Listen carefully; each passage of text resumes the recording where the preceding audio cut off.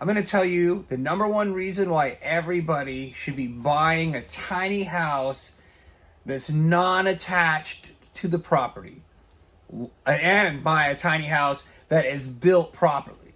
Because all of this is important. It's important for your future. It's important for everybody.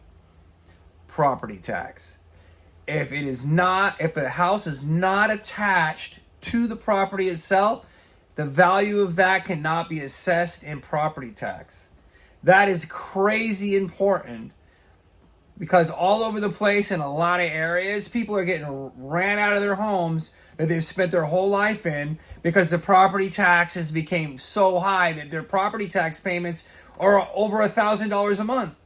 You're old, you're retired, you spent your whole life in your house, and now all of a sudden, hey, you gotta leave.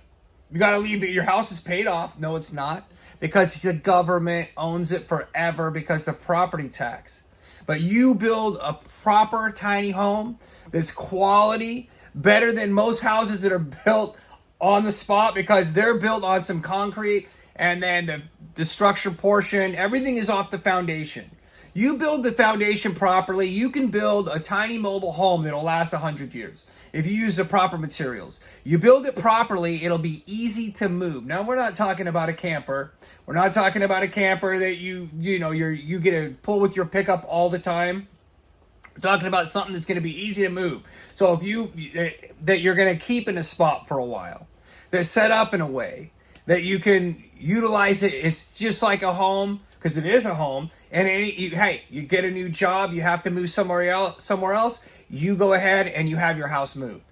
We've designed a bedroom attachments that can be just pulled right behind. A great setup, a great system that you can invest your money in and keep it for your whole life. But it has to be built properly. And you're not going to pay property tax on it. You and a couple friends can get a piece of property, move your stuff on it.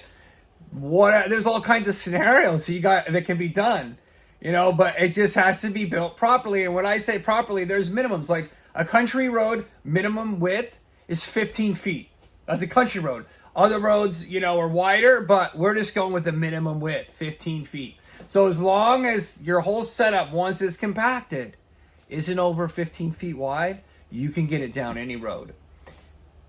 That's super important. Move it anywhere you want. It's going to be relatively easy to move. And that's what we're striving for, and what we are doing here to help people in the future to be able to build a home that they can invest their money in, and it'll last forever. And people are going to ask, hey, it depreciates in value. Well, it would depreciate in value, but if it's attached to the ground, it doesn't.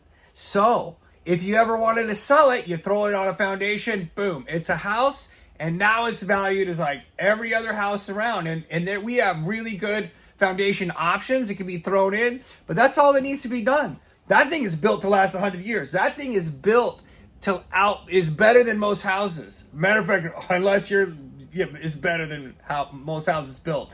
And anytime you want to sell it, which you shouldn't, right? It's designed perfectly for function.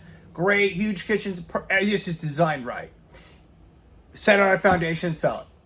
Bam, you're going to get the full value out of it. You could say, oh, it's whatever, depreciated because it's mobile, which I don't think it would because of the way it's built. But even though they want to say that, the bank doesn't want a loan on it. We say, when was it built?